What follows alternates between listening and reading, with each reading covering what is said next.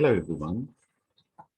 I'm going to welcome you for the fourth session of the series of workshops, specially planned to support advanced level students who are going to sit for the exam this year.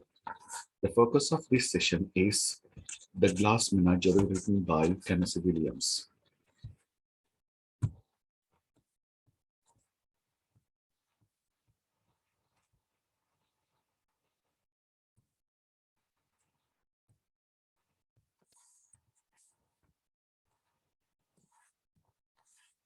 First, what is the importance of prescribing theater, otherwise dramas, for your study? Why it is in your advanced level syllabus? Because it is one of the genres, and if you think about the, the score, the marks that you rather can obtain from your question paper, two dramas prescribed can obtain 1/4 of the strength of the marks prescribed for the first paper. Therefore, it is profitable to study these two dramas because it would rather help you to decide your pass.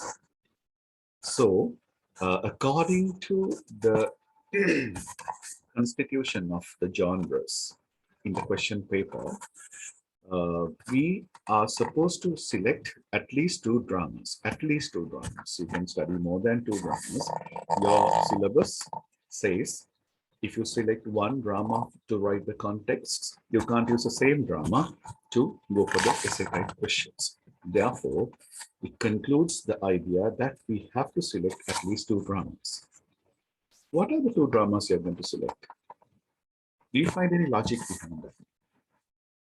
I always believe when you write answers in the context and in the essay, you can rather display your knowledge regarding that particular genre if you make wise and witty decisions in selecting literary texts. So I personally advise for you to select two plays, two dramas from one convention, theater convention, and the other one from another theater convention. Suppose you select Othello. What is that theater convention? Othello rather presents us, otherwise lets us experience Shakespearean theater.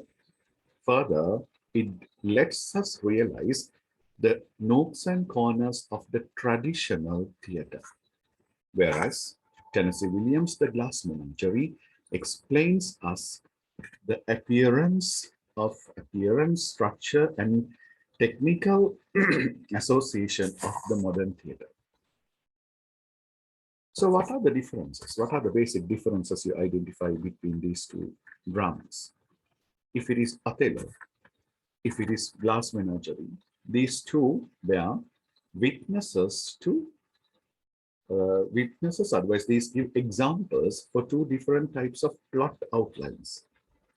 In the first play, in Othello, you find there's kind of symmetrical plot outline with a typical appearance, typical structure, and the plot outline. On the opposite, in the Glass Menagerie, it is asymmetrical. It does not find the symmetry we find in the plot outline in Othello. Especially when it comes to the Glass Menagerie, the sequence of the actions are not in the way that Othello provides us with examples. There, the second one becomes a memory play. Flashback plays a major role in restructuring the play.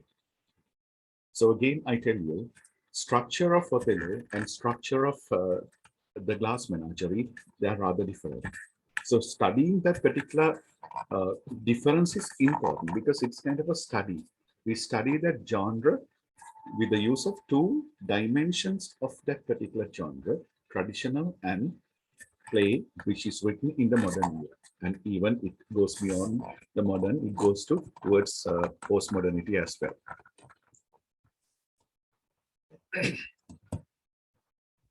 When it comes to characterization, for example, in Othello, you find characters that we can call heroes, villains, otherwise we can find black and white characters. Strict definition of characterization is evident. On the opposite, when it comes to the Glass Menagerie, can we say there are protagonists? Can we say that there are antagonists? Can we say there are black characters and white characters. People have their standpoints regarding different standpoints regarding the decision of the protagonist antagonist. Some say it is Amanda, some argue against that, some counter argument, some say that it can be Tom. Right. So different arguments are there in different scholars.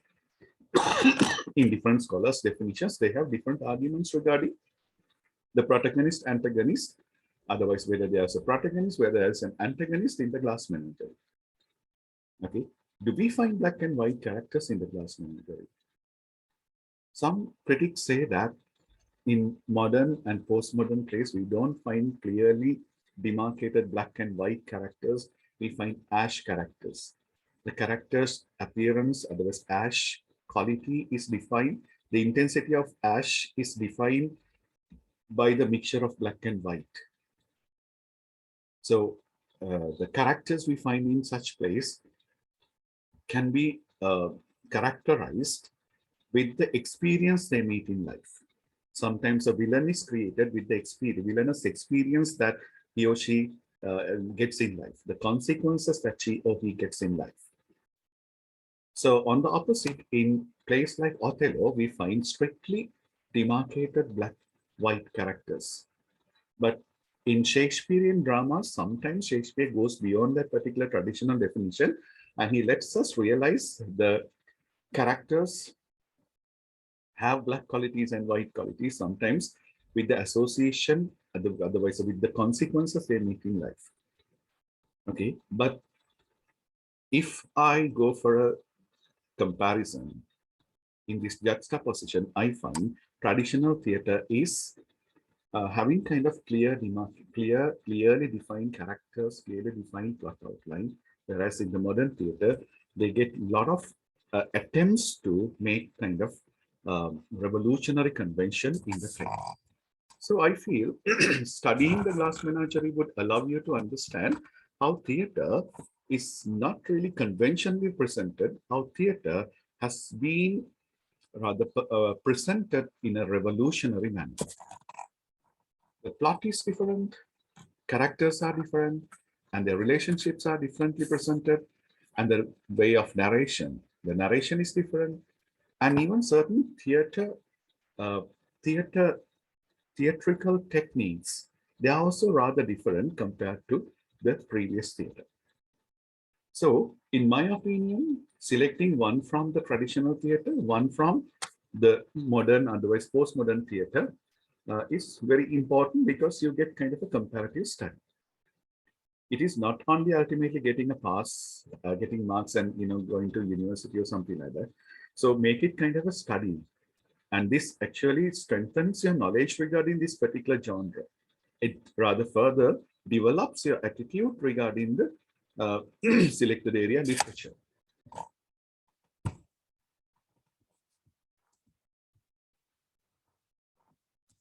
First, let's study the topic. As I have already presented in the previous videos, studying the topic is very important. It's almost like the doorway to the literary text. Make it kind of a practice. When you get this particular skill to you, you can go to a bookshop, otherwise a library, and you can just study this, the cover page, otherwise a blurb, and with the appearance of the book, cover, appearance of the font sizes, and even with the the content and the grammatical words that the topic constitutes, you can roughly guess what is to come in the book. Sometimes, it goes wrong. Sometimes you can't judge the book with the cover. But if you have rather completed this literary skill, I feel that you can rather go against that statement and you can judge what is there, what is to come in the book with the appearance of the front cover. In the front cover, the topic is very important. And again, think about the three words we find on the screen. These three words can be categorized under two types. One is the grammatical word, the other one is content words. What are grammatical words? What are content words? It's kind of a grammar study. Here, the is a grammatical word, glass and menagerie are content words. Basically, we focus on the content words only. It's very important to focus on the content words, but think about the messages given by the grammatical words as well. Sometimes some words like Evelyn does not provide any grammatical word. It stands alone. It's just a proper noun only. It provided a different attitude and what you think about this particular topic. First, let's focus on the term glass. And after that, we can focus on the term menagerie. Then you can put them together and think. And you can think about the addition of the determiner the. When you put all these things together, it gives kind of a different attitude. Let's focus on the term glass first. What is glass? So you can rather do a brainstorming. You can write your ideas around. And starting with glass is shiny, fragile, and glass is, even though it is made from the earth's substances, it gives kind of unearthly appearance. And glass has kind of neat, polished look rather than soil. And if you compare a person to glass, you can think about how fragile that person is, how that person can be broken into pieces very easily. Okay, sometimes the reflection of the person. Okay, when light comes, that light is reflected when it is focused on onto the surface of glass. So it can give many colors as well, diverse colors as well when it is broken into pieces. It gives kind of kaleidoscopic outlook. All right. So the term glass has kind of positive connotation and a negative connotation as well. We have to think about both because they are very important to understand. When you focus on the second word, why the second word is important? What do you mean by the second word? The second word tells a menagerie. Menagerie is a collection. This term collection can be stacked into different facets, different layers. This collection, otherwise this particular bunch, can be a family, can be a society, can be a country, can be the whole world as well. Collection of things, different collection of things, otherwise same collection, collection of same things. Okay, menagerie, different personalities of people, collection of different personalities of people, different egos of people, different psychologies of people. With all these, we can rather make a bunch, make a kind of definition of a bunch, cluster. So what is this cluster? If you rather amalgamate these two words, glass and menagerie, it gives kind of a different attitude, right? Glass collection.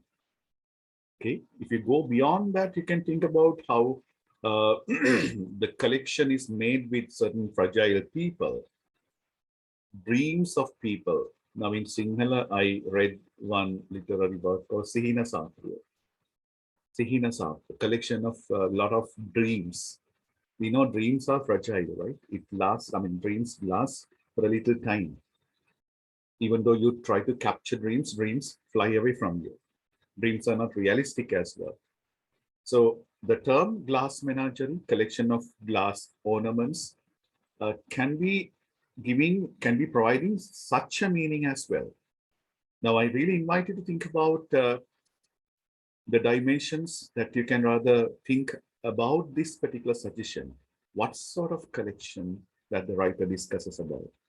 In the play specifically, glass menagerie refers to the glass collection that Laura cherishes always. It can be Laura's dreams, hopes, wishes in life. Okay. If it is going to be kind of a representation, macro level representation, so we all have dreams, right? We all have dreams. So if we put all these dreams in the modern man, you can rather label them as kind of collection of dreams, collection of dreams, having different attitude, different appearance, different sizes, different colors, shapes, and all. So can that be one reason that Tennessee Williams names this play as Glass Menagerie? Then what is the reason he puts a determiner, the Glass Menagerie? Does he know that Glass Menagerie? Is he aware of that? Is he perfectly well? Uh, is he ready to define this Glass Menagerie? Does he define that Glass Menagerie in the play? I feel yes. The first definition is Laura's glass collection, and the other, each and every character we find in the play carry their own collection of dreams. And sometimes their personalities, dream personalities, existing personalities, and personalities that they want to reach. When we consider them, we find they have kind of collection, right? Variety of dreams, variety of expectations. We all can rather label them and put into one bucket and label it as the glass menagerie. Can that particular bucket, labeled bucket, be an example for the macro level glass menagerie that we all experience in life? So if it is America, we can say the glass menagerie of America. Then can that be another example of Asia, Sri Lanka as well? It's kind of good food for thought. Okay, search more about the glass menagerie. Don't ever be satisfied with the term that the glass menagerie is Laura's glass collection only. It has kind of meaning beyond what we see on the surface. Try to go for that dimension as well. That will be really interesting, right? And you can rather take a piece of paper and write about the glass menagerie that you nurture in life personally. And how far do you think that they have become fragile, otherwise untrue, otherwise how far you have found that certain dreams have come true. Okay, it's a good research area. This is for you to read. This is about the biography of the writer. I do not say that biography is not very important. Sometimes, when writing answers, writing biographical details excessively is little hazardous. Sometimes they're not needed. But this drama is a very good example that you are not able to separate the biographical sketch of the writer and the character sketch you find in the play. What is the reason that this sort of appearance comes? Because when that play becomes an autobiographical sketch, otherwise a semi-autobiographical sketch, you can't separate the writer's details and the details we find, character details we find in the characters. So they are inextricably connected. So it's very important for us to understand how Thomas Lanier Williams, who is Thomas Lanier Williams? The real name of Tennessee Williams. Tennessee Williams is kind of a pen name, okay, that he adopted his name as Tennessee Williams. People say that he loved that name. Otherwise, people say that he used to live in the area Tennessee. So Tennessee Williams is given by people. Otherwise, it can be his own suggestion, his own definition of identity. But somehow or the other, the real name is T.L. Williams, otherwise Thomas Lanier Williams. Excuse me. And if you think about certain biographical details I have highlighted, you can understand the parallelism between the writer, otherwise the playwright, and the characters, the plot, and the thematic concerns we experience in the drama, The Glass Menagerie. If you carefully examine the term Thomas Lanier Williams, Thomas has a very close relationship with the term Tom. Tom Wingfield, Williams Wingfield, Tom Wingfield. Then we have kind of a curiosity whether it is he himself presents himself as Tom. Okay, what about Mississippi? Mississippi is also another conspicuous geographical location that the writer discusses in his play. And it is well connected to T.L. Williams' life as well. And it's really important to focus on the relationships that Tennessee Williams started sharing with the family people. For example, his relationship with the father, mother, and especially the older sister Rose. So he had kind of pet relationship with Rose.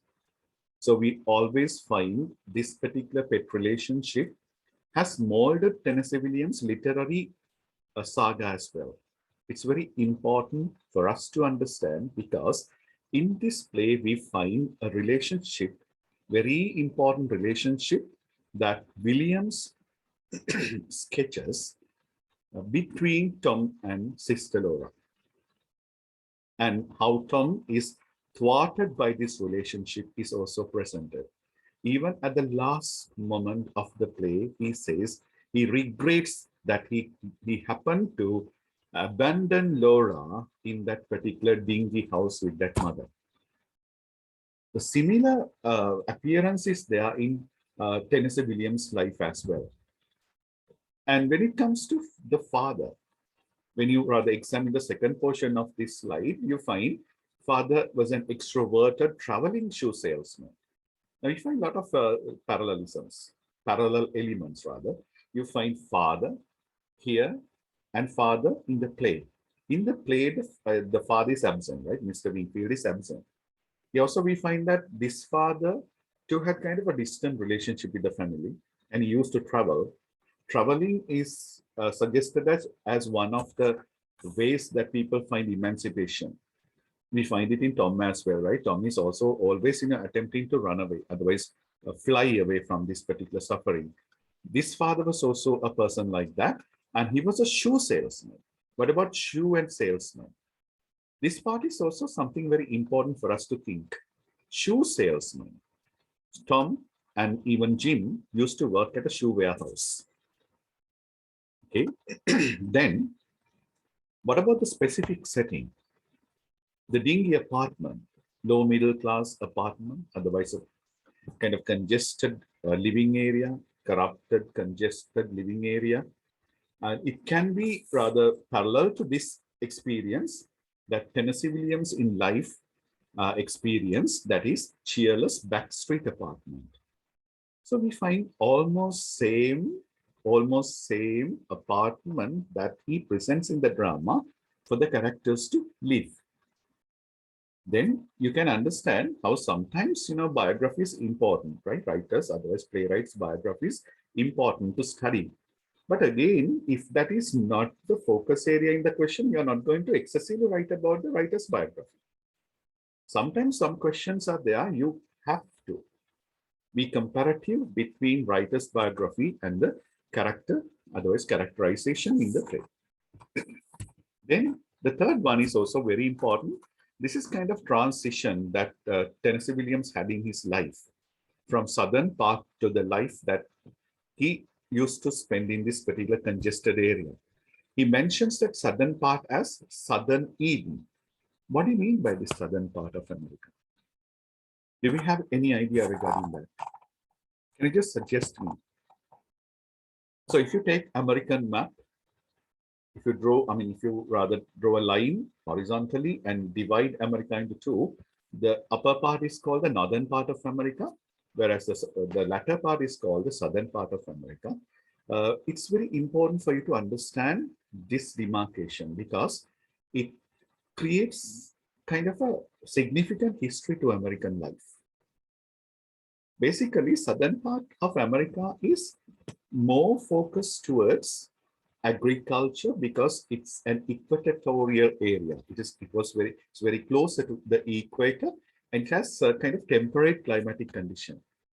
Basically, southern people were more towards agriculture than the northern people. And they were rich as well. And they had kind of horizontally growing civilization as well. They had huge lands, huge houses were there, huge verandas were there in those houses. And they had rather space to walk in the evening. They had lawns and gardens with flowers. Even when they walked, they could pick flowers free. They were very close to nature as well. And since they rather based their economy in agriculture, they needed workers for agriculture. Since white people rejected, much of white people rejected to working in their fields, they happened to uh, hire African people. They went to Africa. They under the term slavery, they brought African people to southern territory, southern America, southern part of America, and they utilized their. I mean, they started, utilizing these Afro-American slaves to flourish their agriculture. So let me finalize that part. Southern part was temporary and it was having kind of better life condition, and rich people were there because of agriculture, and they had kind of free, less congested living condition, and a lot of Afro-Americans were there to they but they were brought to work as laborers in the fields. What about the northern area? Northern part of America is more towards industry, and they had a different outlook of economy, and they had different outlook of the living condition as well. If this is kind of horizontally growing civilization in the southern part, in the northern part, we could find vertically growing civilization. They had limited lands because of industrial urbanized environment. So they started, growing vertically, one flat, another one, like we found kind of horizontal, vertically growing civilization. Congestion was inevitable. So Tennessee Williams traveling through these two settings is noteworthy. One character, Amanda Wingfield in the play, always refers to the southern Eden. What is Eden? You all know Eden has kind of a religious connotation. Eden, Garden of Eden, and sometimes we call the term Eden as a utopia. I wish you know the two terms, utopia and dystopia. Utopia is a land with every happiness. Dystopia is the opposite. Now, in certain articles, Williams himself uh, confesses that he used to travel from utopia to dystopia in his life in same America. What is the reason that he refers to utopia to southern and dystopia to the northern area? So if you carefully examine until the last dot of the play, you identify his attitude changes according to the location of the play as well. For example, Amanda's constant reference to the southern part of America and the inspiration that she gets.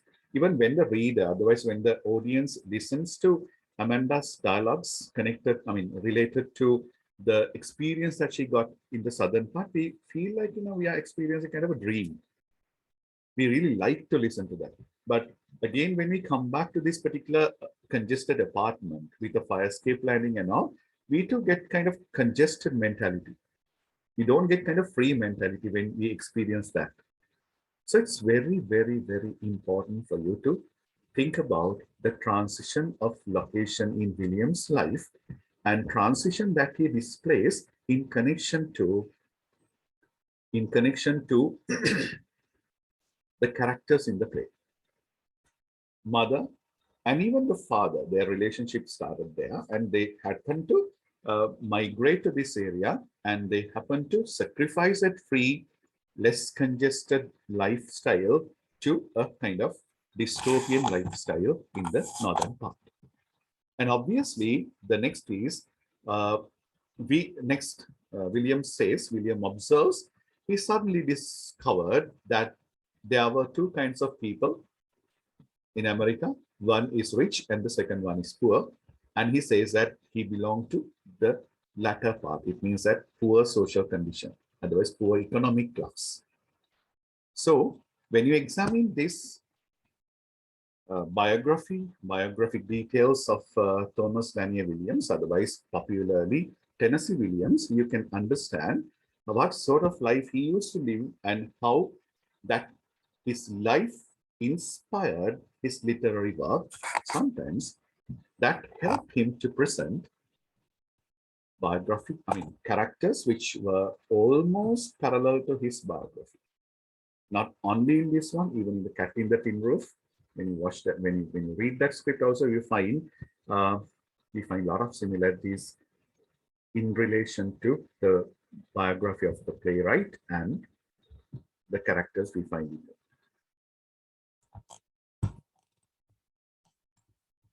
So this is almost like a conclusive slide to the previous discussion. Playwright to the drama. So this will give kind of a summary for the previous one. Playwright is Tennessee Williams. The drama is the Glass Menagerie. How playwright transforms, otherwise transfers his experience to the drama. And now the next is Thomas to Tom. Who is Thomas? Thomas Lanier Williams.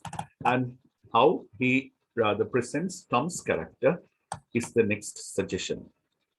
Under that topic, I have categorized 4 topics. Under that basic topic, I have given 4 topics, subtopics, setting,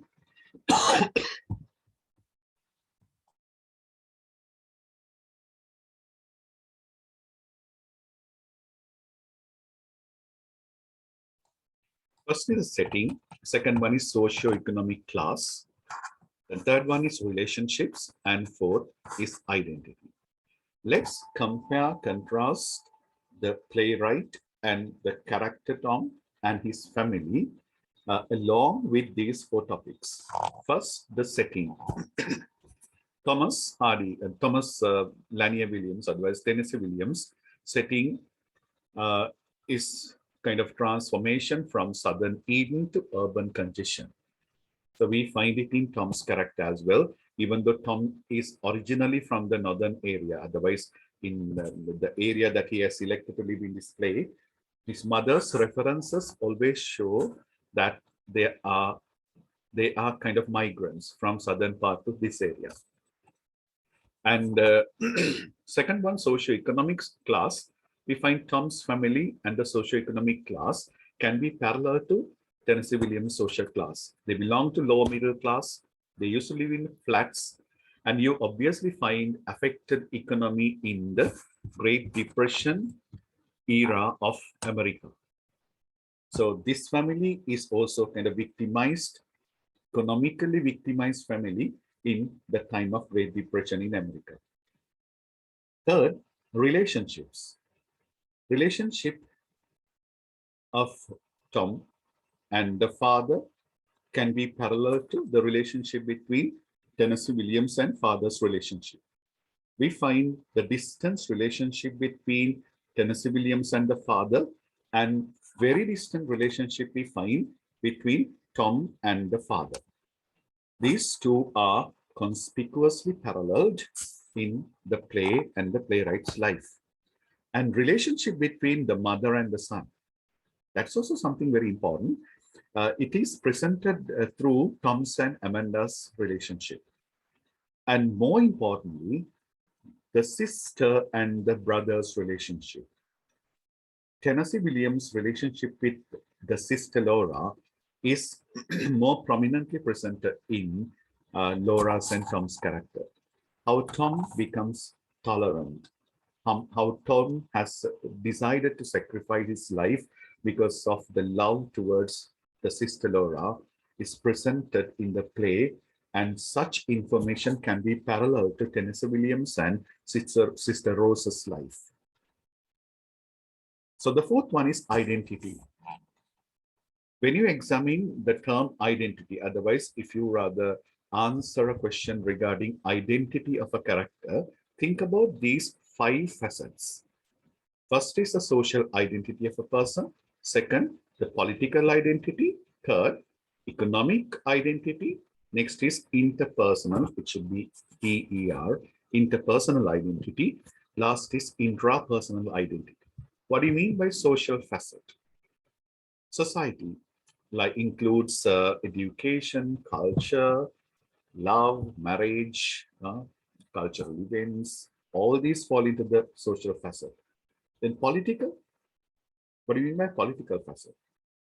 It's kind of popular word, right?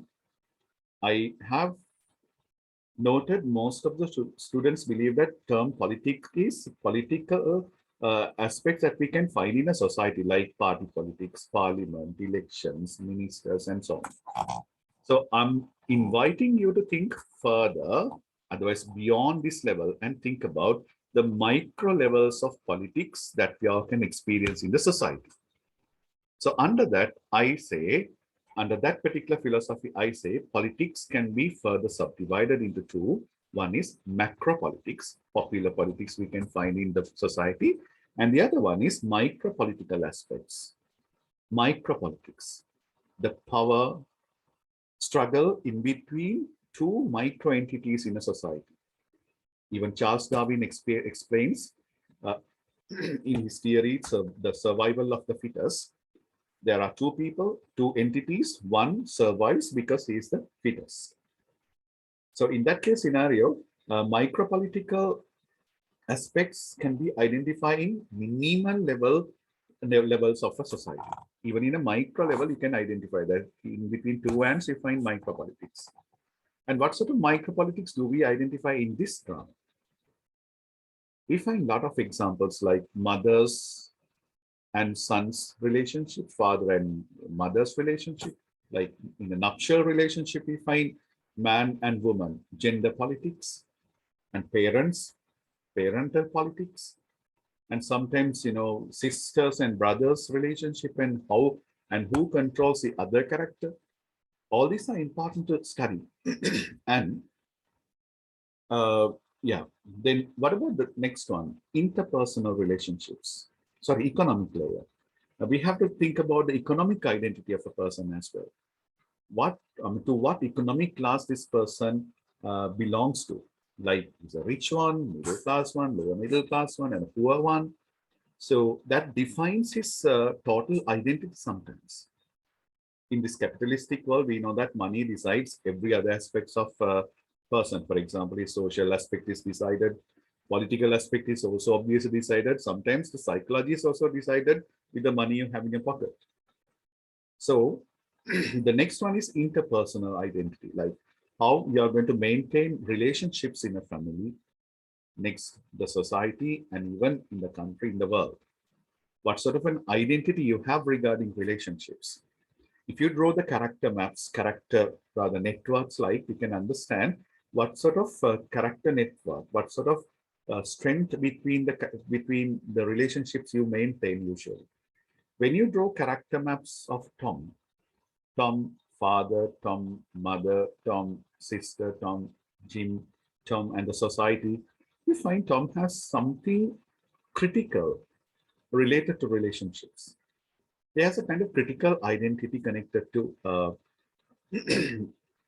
interpersonal aspect of life. Then what about the last one, intrapersonal identity? That is actually the psychology of a person, of an individual. What sort of psychological strengths and weaknesses that you witness as a person? Okay, what sort of psychological identity uh, that can that the society assigns you? Society defines you as a pizza, otherwise a strong person. What sort of definition is here? So think about Tom's character. How do you think that mother defines Tom's psychology? She defines Tom as kind of an outcast. On the opposite, we find mother defines Laura's psychology. And Laura is kind of escapist, a truant. So sometimes society labels you along with the actions you display in front of them. Your actions always, are suggested by your psychology. So when studying a character, it's very important to study these 5 identities: social, political, economic, interpersonal, intrapersonal identities. So I would like to invite you to think about this. Think about Tennessee Williams' identities along with these 5 facets and try to compare them with Tom's identity related to these 5 facets. You would be amazed to see how parallel these elements are. Then, to conclude this, I would say playwright, playwright's life has much more to do with Tom's character. And the plot of playwright's life and the fictitious plot that he has created in the Glass Menagerie have a lot of parallel elements. Then can I call it an autobiographical play? Is it a semi-autobiographical play? So when studying that, I need you to think about these 5 facets, apply those 5 theories and think and decide whether the writer is doing kind of justice as an autobiographical sketch or not.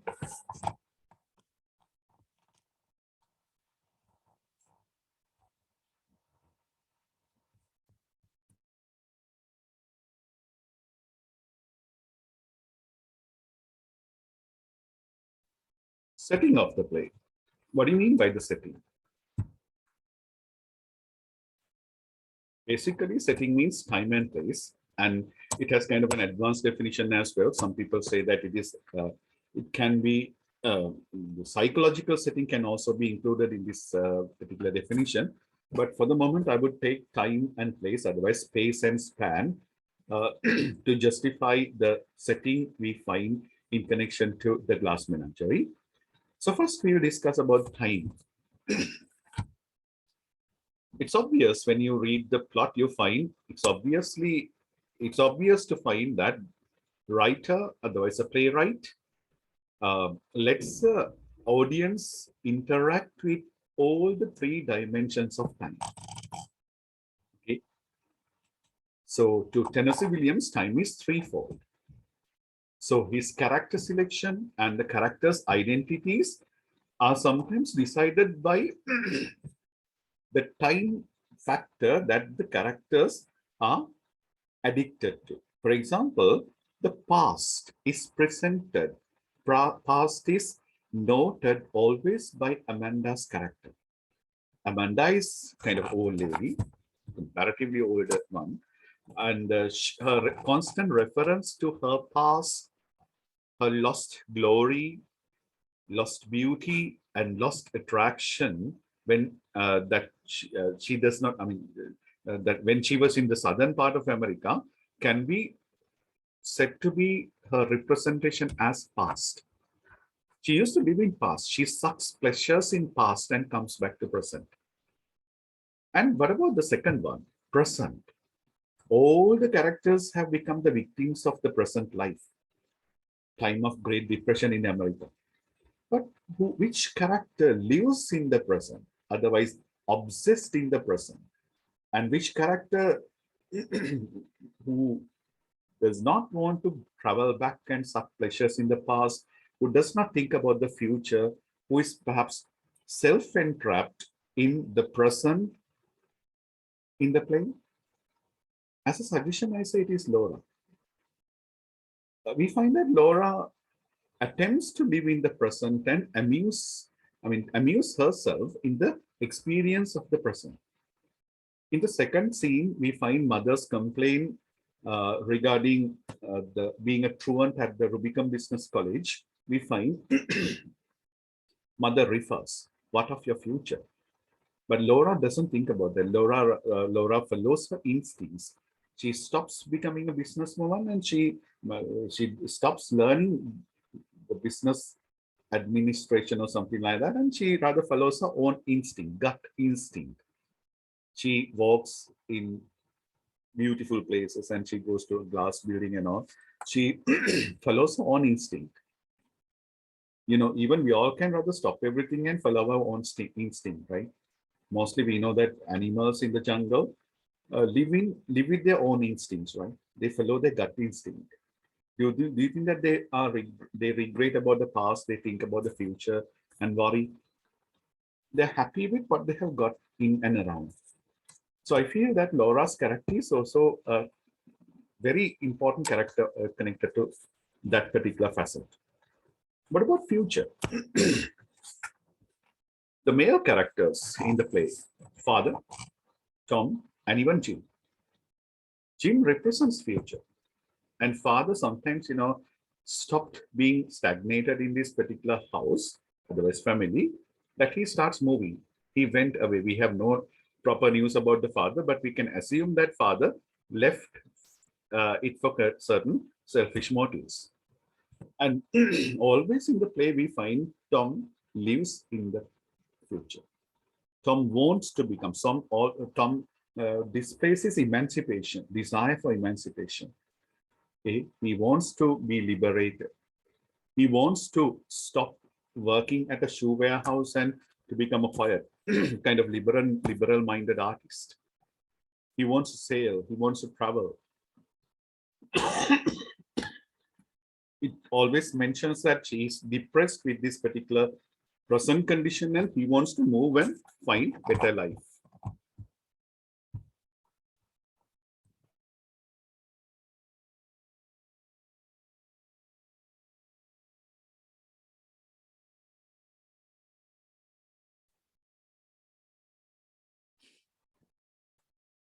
So in connection to Jim's character, we find a lot of references, otherwise a lot of steps that he has taken to show that he's going to be a man of future, connected to radio engineering and all, so that he thinks about business communication and all. So they are kind of future aspects. So then we can understand Tennessee Williams presents these characters with meaning. These characters are labeled according to the dimensions of time. Okay, so then I go to the next level of the definition of setting, that is place. Especially, this is also of twofold. First, in the flashback, we find that characters refer to the southern part of America, southern life, and specifically the current living area, focus living area is St. Louis. Nearly the whole part of the story takes place in St. Louis. It's almost like a dingy family apartment. It has only one exit and entrance, that is the fire escape landing and the stairs. So in the picture also you can find how congested this living area in St. Louis at this particular time. And you find your living condition does not allow you to have kind of free mentality, free thinking. Once you go into the house, there is no consolation for you. The only consolation is that you get kind of secured area to live. Your psychological freedom, otherwise your psychology does not support you to be creative as well. Then a poet living in such a congested environment is kind of critical. Then Tom's references, Tom's strange preference to be outside, live outside. You know, he's used to live outside, and he used to live in cinema for a long time, and he comes in late hours of the night. Okay, so sometimes he rather prefers to live in cinema, because cinema takes you away from the unpleasant living condition to kind of pleasant, otherwise vast living areas from your psychology, through your psychology. So to conclude the setting, the time and place are very creatively associated by Tennessee Williams in his work.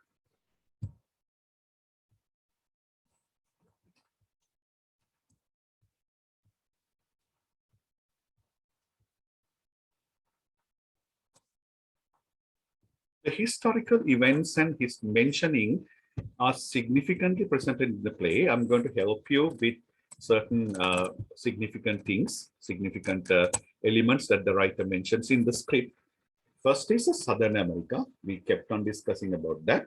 And he discusses about debutante balls in connection to Amanda's character. What is a debutante ball? It's kind of traditional meeting place for girls and boys, especially upper class, otherwise economic class is upper, and your child is ready to find a person to marry. Since there was no much social gatherings, they artificially arrange a ballroom party. This is called kind of ballroom parties to introduce their young ones who are coming to the age of marriage. And it again shows that my girl, my boy, they are eligible to marry. You actually could find these sort of ballroom parties in Cinderella. So the writer mentions this particular historical element through Amanda's dialogues. She used to take part in debutante balls those days, and she refers to gentlemen callers. It happened in southern part in old days, but without editing, takes that particular term, gentleman callers, to the present as well. Sometimes that word is not really matching. The word is incongruous. It does not support for the reader to understand that Amanda supports the current language, but she doesn't avoid using such terms, right? She perhaps recalls the Southern identity through such words. There are certain examples like that. She wears her ballroom gown at the time Jim comes and so on. And in the play, we find Amanda's dialogues recalls about the planters. She used to lead connections with planters' sons, okay? And she gives a list of planters and planters' sons who used to be the gentleman callers. And at the time the 17 gentleman callers list came to see her, she mentions that very sarcastically. She mentions that I did sarcastic, not sarcastically actually. She pompously presents that she sent a nigger to bring chairs from the mission house. What do you mean by nigger? Nigger is an offensive term for Negro person. Who is this Negro person? It's an Afro-American. I think I mentioned Africans were brought to South America to utilize them as kind of field laborers. So this nigger is given kind of low social condition. So that is why perhaps that Amanda refers to the term nigger, not a Negro man or an Afro-American. It's kind of an insulting term. It is also mentioned in the play. And it tells us about US economy in 1930s. Okay, in Tom's first soliloquy, he says, he mentions about the strange time. The drama is unveiled.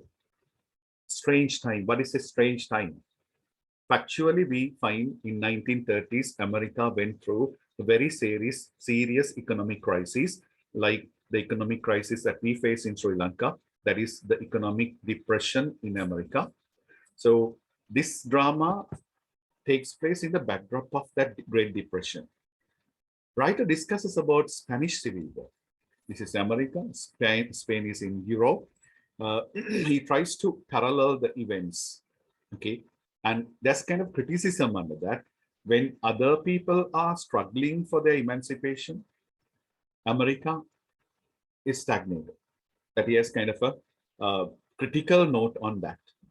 And he discusses about Guernica, and he discusses about Adolf Hitler, okay? And he refers to merchant marines, and he's supposed to be working as one, and he refers that he's having kind of a strange desire for sailing and all. And more importantly, can you think about the last segment? Literature. Does he mention about literature?